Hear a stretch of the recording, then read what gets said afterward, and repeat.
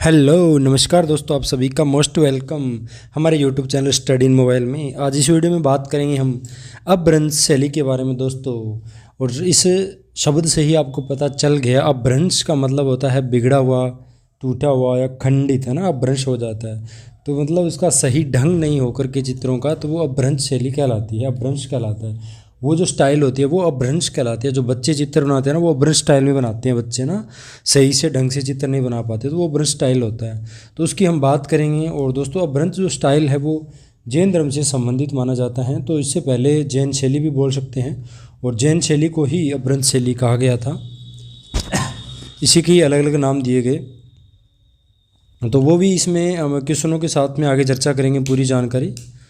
और वीडियो पसंद आते हैं मेरे तो वीडियो को प्लीज़ लाइक करें, कमेंट करें और अपने दोस्तों के साथ भी शेयर करें। ठीक है दोस्तों, तो चलिए शुरू करते हैं वीडियो। पहला क्वेश्चन देखिए, गुज्जर शैली, जैन शैली, पश्चिमी शैली किसे पुकारा जा सकता है। देखिए, इससे पहले मैं आगे बढ़ने से पहले एक चीज़ बता देता हूँ। कल मैंने जो वीडियो बनाया था, बहुत सारे बच्चों ने प्यार दिया, इतने अच्छे अच्छे कमेंट आए, तो मैंने सोचा क्यों ना एक दिन का गैप ना दे करके कंटिन्यू वीडियो बना दूं। तो इसलिए मैंने आज जल्द ही वीडियो बनाया है। तो उसमें से एक बच्चा था जिसने वीडियो अपलोड करते ही तुरंत ही एक कमेंट डाला था कि सर आप बकवास कर रहे हो या पढ़ाओगे। तो भाई साहब, मैं उन्हें कहना चाहता हूँ एक बार है कि यहाँ पे तो ऐसे ही बकवास चलेगी, क्योंकि मेरा प्लेटफॉर्म है और मुझे कोई रोक नहीं सकता ऐसे बकवास करने में। और आपको भाई अगर बेड़ा पार करना है तो बकवास सुननी पड़ेगी। और अगर आपको बकवास सभी को पसंद नहीं है तो ये मैं बकवास बंद कर देता हूँ। और ऐसी बकवास आपको ज़िंदगी में ये सोचते रहोगे कि ऐसी बकवास एक स्टडी मोबाइल वाला था जो ऐसी बकवास सुनाता था जिससे हमारा बेड़ा पार हुआ है, बहुत अच्छी चीज़ें देता था, नॉलेज देता था। ऐसी बकवास कोई नहीं देगा फ्री में, है ना, ये ध्यान रखना। इतना डीपली बकवास कोई नहीं देता है, तो बकवास सुननी पड़ेगी। अगर आपको कामयाब होना है तो थोड़ी बकवास सुनना भी सीखो, है ना। आपको भी जितनी तमीज़ है थोड़ी उस तरीके से बात करो, एक टीचर की हैसियत से। ठीक है, और मैं ज़्यादा कुछ नहीं कहना चाहूँगा। मेरा काम है वीडियो बनाना, मैं बनाऊँगा। और मेरा जब मन किया बंद करना है तो मैं बंद कर दूँगा अपने आप। भाई साहब, आपकी ज़रूरत नहीं पड़ेगी मुझे कि आप बकवास करें, ये कर रहे हो। एक दो लोगों को छोड़ के बहुत सारे जो बच्चे हैं मुझे इतना प्यार देते हैं, इतना लाइक करते हैं, इतना अच्छा कमेंट करते हैं, मेरा दिल खुश हो जाता है कमेंट देख के। इतने कमेंट आते हैं ना अच्छे अच्छे, तो मैं सोचता हूँ यार अगले जो वीडियो उसमें जी जान लगा के और ज़्यादा बनाऊँ, ताकि मुझे और ज़्यादा कमेंट आए और ज़्यादा लाइक आए। यही होता है ना, जब एक चीज़ के अंदर जो मैं सोच के वीडियो बनाता हूँ कि यार अच्छे लाइक आएंगे, अच्छे व्यू आएंगे, मुझे अच्छा से रिस्पॉन्स मिलेगा, तो फिर मैं क्या करूँगा, अगला जो वीडियो होगा ना उससे भी बड़ा बनाने की कोशिश करूँगा, और ज़्यादा उसमें है ना मक्खन लाने की कोशिश करता हूँ मैं। ये चीज़ होती है। और उसमें अगर नेगेटिव आया ना ज़्यादा, तो फिर अगला वीडियो है ना वैसे मनोबल गिर जाए कि नहीं यार, बच्चे लाइक तो करते नहीं, इतनी मेहनत करने की क्या फ़ायदा है, नॉर्मल नॉर्मल पढ़ा देता हूँ यार, है ना। मैं नॉर्मल भी पढ़ा सकता हूँ, इतने बारीकी से क्वेश्चन बनाता हूँ, ये चीज़ें सोच समझ के बनाता हूँ हर चीज़ें, तो ऐसे नहीं बनती है। पहला क्वेश्चन देखिए, गुज्जर शैली, जैन शैली, पश्चिमी शैली किसे पुकारा जाता है। तो अभी मैंने आपको बताया कि जो जैन शैली उसी को अपभ्रंश शैली नाम दिया गया है। अपभ्रंश शैली को ही जैन शैली, पश्चिमी शैली और गुज्जर शैली के नाम से भी पुकारा जा सकता है। और ये भी मैं बताऊंगा कि पश्चिमी शैली अपभ्रंश शैली को किसने कहा था। अगला क्वेश्चन देखिए, कल्पसूत्र किस धर्म का धार्मिक पाठ है, पहचान करें। जो कल्पसूत्र ग्रंथ है वो किस धर्म का धार्मिक पाठ है, और ये आपको पहचान करनी है। देखिए, जो कल्पसूत्र है ये अपभ्रंश शैली के अंदर सर्वाधिक है। कल्पसूत्र चित्रित हुए थे जैन शैली में, तो इसमें जैन धर्म से संबंधित है दोस्तों। यहाँ पे दूसरा ऑप्शन है वो राइट हो जाएगा। तबीयत है, अभी थोड़ा सा सुधार हो चुका है तबीयत में, बस एक दो बुखार इतनी तेज़ हो गई थी, इस वजह से है ना थोड़ी सी खांसी भी हो रही है, तो थोड़ा सा एडजस्ट करें। अगला क्वेश्चन देखिए, प्राकृत शैली किसे कहा जाता है। प्राकृत शैली किसे कहा जाता है। तो दोस्तों, प्राकृत जो शैली है वो अपभ्रंश शैली को कहा जाता है, क्योंकि अपभ्रंश शैली में पशु पक्षियों और प्रकृति से दृश्य से संबंधित है वो चित्र इसमें बने हुए, बैकग्राउंड में प्रकृति को दर्शाया गया है। और इसके अंदर जो चित्र बने हैं दोस्तों वो एक खिलौनों की तरह बने हुए हैं। जो अगला क्वेश्चन इसी पे ही है, उसमें आपको पता चल जाएगा। तो प्राकृत शैली किसे कहते हैं, प्रकृति द्वारा शैली किसे कहते हैं दोस्तों, अपभ्रंश शैली को कहते हैं। एक कारण भी और भी हो सकता है कि प्राकृत क्यों कहा गया। अब देखिए, किसी गुफाओं को हम प्रकृति निर्मित गुफाएं कहते हैं ना, कि मानव नहीं बनी, अपने आप बन गई। उसी प्रकार इसमें है ना सोच समझ के स्टाइल नहीं लगाई गई है, ये प्रकृति की देन है, अपने आप बन गई और उसे नाम दे दिया अब्रंस। अब्रंस का मतलब बिगड़ा हुआ है ना। बच्चा कोई मतलब पेंटिंग बनाता है, बच्चा बचपन में हाथ में उसके कोई, आपका जो घर में बड़े बुजुर्ग जो होते हैं या बड़े भाई होते हैं, उनका पेन पड़ा, आप पढ़ाई कर रहे हो और घर में आपके एक छोटा बच्चा है 2 साल का, 3 साल का, 1 साल का, तो वो क्या करेगा, आप जब पढ़ के कहीं चले गए, खड़े हो गए और वहाँ पेन पड़ा है, वो आके आपका पेन उठाएगा और किताब में है ना जगह जगह आड़ी टेढ़ी ऐसे लाइनें मारूंगा, मतलब समझ कुछ नहीं आ रहा है मैं क्या बना रहा हूँ, कुछ बना दिया उसने। और वो एक मान लो एक रेखाओं का रूप ले लिया, उसे बोल सकते हैं रेखांकन बोल सकते हैं उसे हमें, वो बना दिया उसने। तो वो स्टाइल कौन सी होगी, वो अभ्रंश शैली होगी। वो कौन सी होगी, अभ्रंश शैली होगी। बिगड़ी हुई है, कोई रूप नहीं है उसका कोई, तो वो एक प्रकृति शैली भी कह सकते हैं, क्योंकि प्रकृति द्वारा वो जानबूझ के नहीं बनाई। बच्चे की, बच्चे का हाथ में हाथ आता है तो हाथ चलाने, बच्चे का ना हाथ, खिलौना दे दोगे तो भी हाथ चलाएगा, पेन दे दोगे तो भी हाथ को हिलाएगा, मतलब कुछ भी उसके हाथ में थमाओगे तो हाथ को हिलाएगा इधर उधर, तो वो बन जाती है सवता है। तो सवता आया जो होता है ना, वो प्रकृति शैली कहलाती है। तो इसे प्रकृति शैली भी कह सकते हैं अभ्रंश शैली को। अगला क्वेश्चन देखिए, बहुत ही अच्छा क्वेश्चन है। खिलौनों की तरह पशु पक्षियों का अंकन किस शैली की विशेषता है। पशु पक्षियों का जो अंकन किया गया है अभ्रंश शैली के अंदर, तो वो एक कपड़े की तरह बनाया, जैसे ऐसे लग रहा है जैसे पशु पक्षी वो कपड़े से बनाए गए, बुनकर बनाए गए हैं, तो खिलौनों की तरह वो प्रदर्शित होते हैं। तो ये अभ्रंश शैली में है, तो यहाँ पे दूसरा ऑप्शन राइट हो जाएगा। अगला क्वेश्चन देखें, अभ्रंश शैली के चित्रों में मानव आकृतियाँ बनाई गई हैं। जो अभ्रंश शैली है इसमें जो दोस्तों मानव आकृतियाँ बनी है ना, तो वो ज़्यादातर सवा चशम चेहरे बने हुए हैं। कितना, सवा चशम चेहरे बने, यानी 3/4, 3/4, एक का संपूर्ण का कितना भाग, 3/4, जो 3/4 भाग है, तीसरा भाग उतना बनाया गया, यानी उसे सवा चशम बोल सकते हैं। तो अभ्रंश शैली के चित्रों की मानव आकृतियाँ बनाई गई है सवा चशम। अगला क्वेश्चन देखिए, जैन कला को पश्चिमी भारतीय कला शैली किस विद्वान ने कहा था। जैन कला शैली है, इसको पश्चिमी भारतीय शैली कहने वाले जो विद्वान थे सबसे पहले, तो वो थे आनंद कुमार स्वामी। कौन थे, आनंद कुमार स्वामी। इन्होंने जैन कला को पश्चिमी भारतीय शैली कहा, क्योंकि ये पश्चिम के अंदर फैली हुई जैन शैली है ना, ये जो हमारा भारत है, इस प्रकार हमारा ये जो भारत है, मैं आपको दिखा देता हूँ एक बार, ये जो हमारा भारत है, अब यहाँ पे तो उत्तर आ गया और यहाँ दक्षिण आ गया और यहाँ पूर्व हो गया और यहाँ पश्चिम हो गया। पश्चिमी शैली क्यों कहा, यहाँ की ये जो शैली है ना अभ्रंश शैली, यहाँ फैली हुई थी। मुख्य जो इसका केंद्र है ना, गुजरात बोल सकते हैं यहाँ पर, क्या गुजरात, तो ये पश्चिमी साइड में पड़ता है, तो इसलिए इस शैली को पश्चिमी नामकरण भी किया गया। तो ये आनंद कुमार स्वामी ने कहा था। अगला क्वेश्चन देखिए, भारत में कागज चित्रण सर्वप्रथम किस शैली में किया गया। भारत में जो कागज चित्रण है दोस्तों सर्वप्रथम किस शैली में किया गया, तो अभ्रंश शैली में सबसे पहले भारत में कागज चित्रण किया गया। इससे पहले मैंने शायद एक वीडियो बनाया था, उसमें नीचे मैंने कमेंट कर भी दिया था। एक बच्चों के क्वेश्चन था कि सबसे पहले चित्र किस पे बने थे। दोस्तों सबसे पहले चित्र है वो ताड़ पत्थर पर बने थे, ताड़ पत्थर पर बने थे। उसके बाद में 14वीं शताब्दी में कागज का पर चित्र बनने लगे थे अभ्रंश शैली में। इससे पहले ताड़पत्र चित्र बने थे। 11वीं शताब्दी में निशिता चूर्ण चित्र जो ग्रंथ है वो चित्रित हुआ था। तो वो क्वेश्चन है सुधार कर लेना, अगर आपने नहीं देखा है तो। मैंने देखो कोई क्वेश्चन में गलती हो जाती है ना, तो वीडियो के नीचे देख लिया करो। जब भी आप वीडियो देते हो तो उसके नीचे मेरा कमेंट मिलता है, वो आप एक बार चेक कर लिया करो। तो इसका राइट आंसर क्या हो जाएगा, अभ्रंश शैली।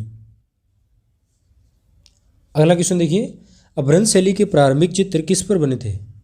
अभ्रंश शैली के अंदर प्रारंभ में जो चित्र है वो किस पर बनाए गए थे, तो यहाँ पर जो ताड़पत्र है ना उस पर बनाए गए थे, और बाद में कागज़ पर बने और फिर कपड़े पे बने थे। तो इसलिए सबसे पहले जो अभ्रंश शैली के जो चित्र है वो किस पर बनाए गए थे, ताड़पत्र पर बनाए गए, जिन्हें पोथी चित्र बोलते हैं।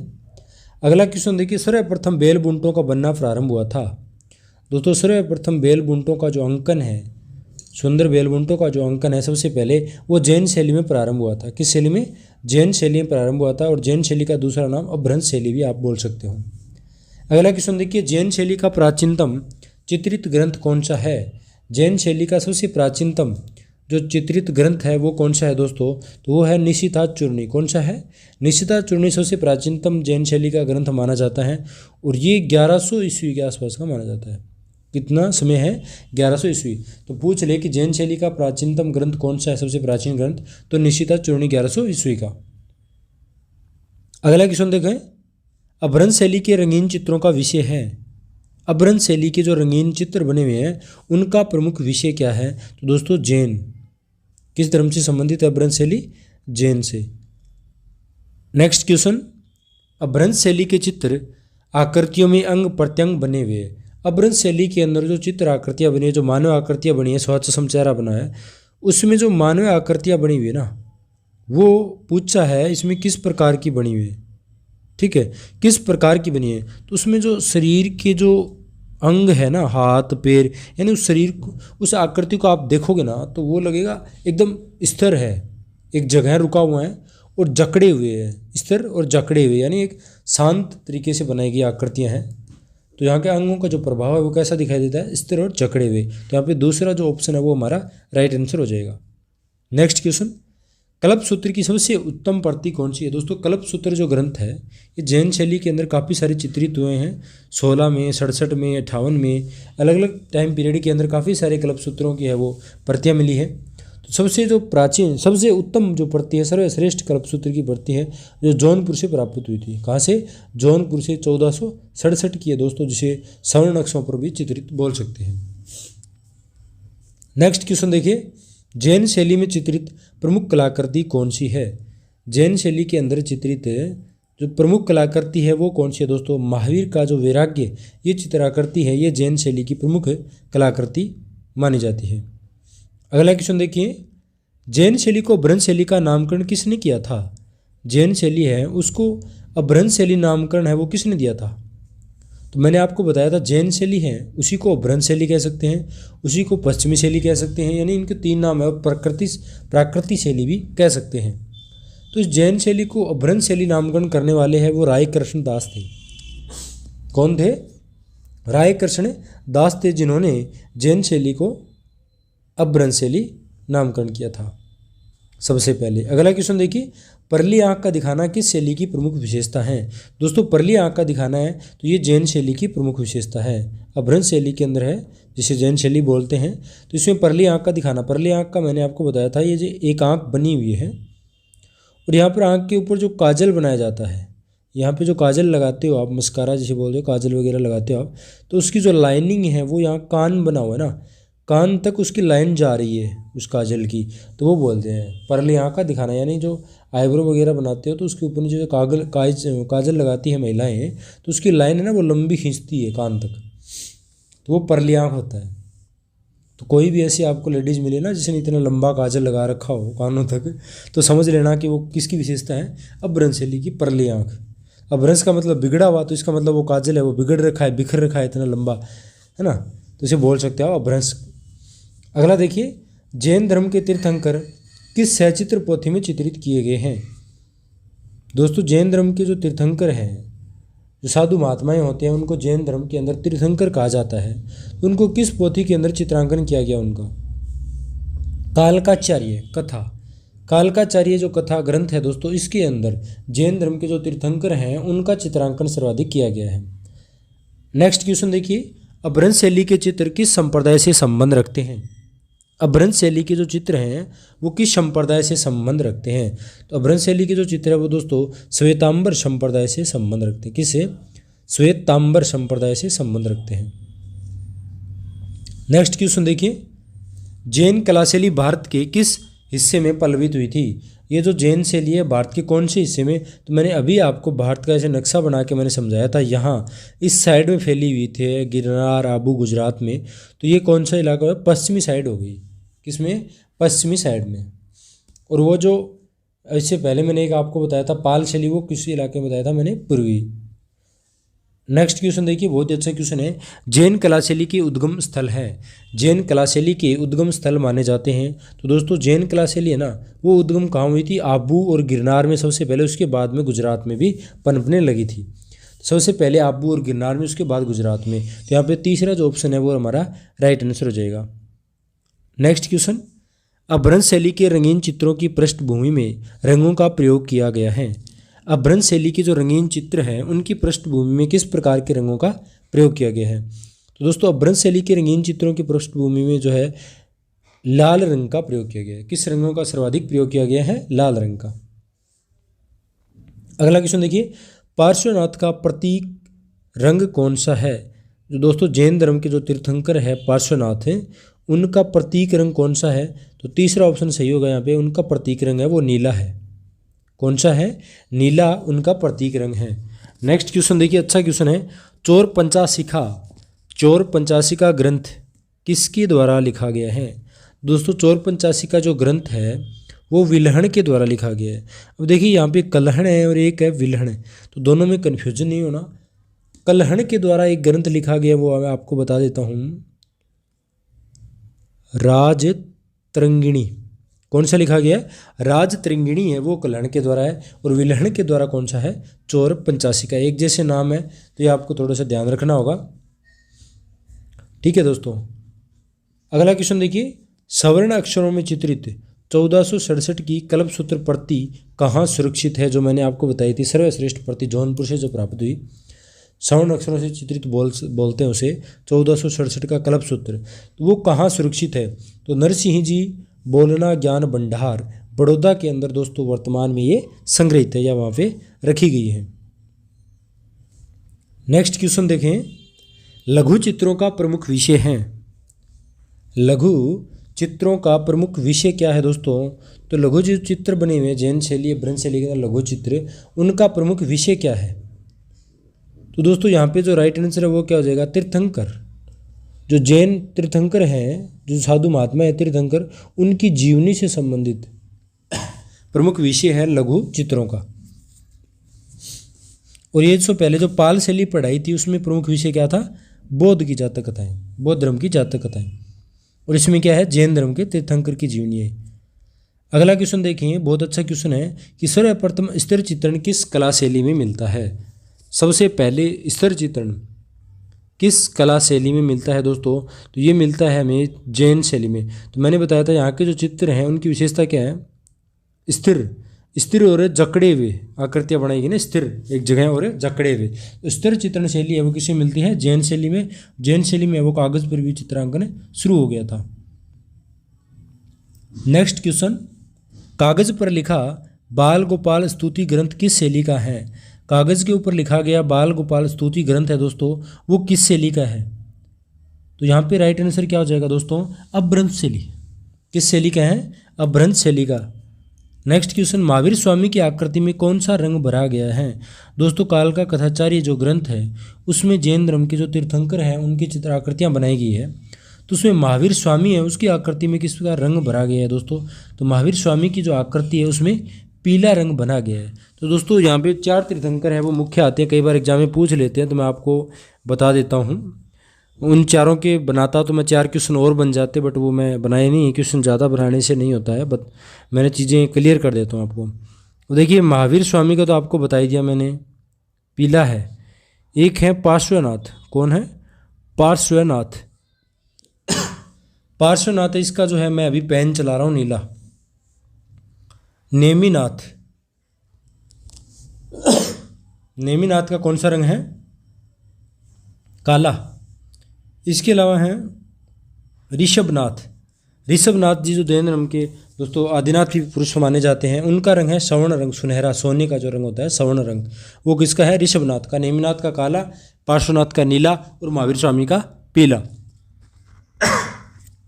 यह आपको ध्यान रखना है। नेक्स्ट क्वेश्चन देखिए, अपभ्रंश शैली के चित्रों में समान मोटाई के लिए रेखाएं किस स्याही से बनाई गई? अपभ्रंश शैली के जो चित्र बनाए गए एक जैसी मोटाई में है ना, कोई कलाकृति बनाई ना, उसके किनारे किनारे पे रेखाएं बनाई गई ताकि आकृति है वो उभारदार हो, उसकी आकृति है उसके अलग से उभर कर सामने आ जाए। तो उसमें किस प्रकार की रेखाओं का इस्तेमाल किया गया है? तो काली स्याही से है वो रेखाएं बनाई गई है। किससे? काली स्याही से। नेक्स्ट क्वेश्चन देखिए, कागज पर चित्रण कब प्रारंभ हुआ था? दोस्तों कागज पर जो चित्रण है वो 14वीं शताब्दी में प्रारंभ हुआ था। कब? 14वीं शताब्दी में प्रारंभ हुआ था। ये दोनों बहुत अच्छे क्वेश्चन हैं दोस्तों।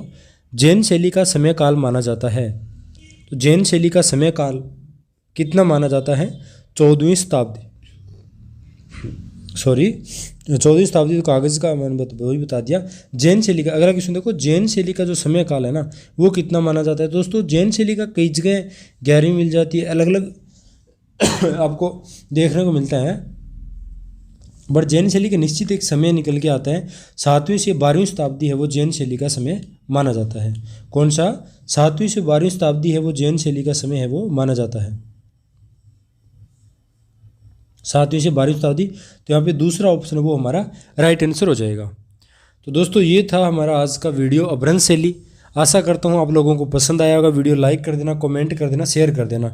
एक बात बताना चाहता हूँ, जो बच्चे अभी हमारा कोर्स है ज्वाइन नहीं किया दोस्तों, तो वो कोर्स ज्वाइन कर सकते हैं। ये जो है आपको क्वेश्चन प्रैक्टिस के रूप में, सीरीज़ के रूप में आपको वहाँ मिलेंगे। क्यूज़ होती है दोस्तों, मॉक टेस्ट भी मिलते हैं रोज़, संडे को एक बड़ा टेस्ट भी मिलता है, नोट्स भी वहाँ प्रोवाइड होते हैं पढ़ने के लिए, और वीडियो सॉल्यूशन भी मिलता है थ्योरी का, और इस प्रकार के क्वेश्चन भी आपको है वो सारे, इससे भी ज़्यादा क्वेश्चन मिल जाते हैं हर टॉपिक के। तो आप ज्वाइन करना चाह सकते हो मात्र 99 में दोस्तों, 999 रुपये में कोर्स है हमारा। तो ज़्यादा से ज़्यादा ज्वाइन करें उसको, क्योंकि अभी जो भर्ती है आपको एग्ज़ाम में वो नज़दीक में आने वाली है DSSB TGT के लिए, तो बहुत बेस्ट साबित हो सकती है वो। तो आप ज्वाइन कर सकते हैं हमारी कोचिंग, और इस कोचिंग को ज्वाइन करने के लिए नीचे मैं आपको एक लिंक दे दूँगा, उस पर जाके उसे ज्वाइन कर सकते हैं। धन्यवाद दोस्तों।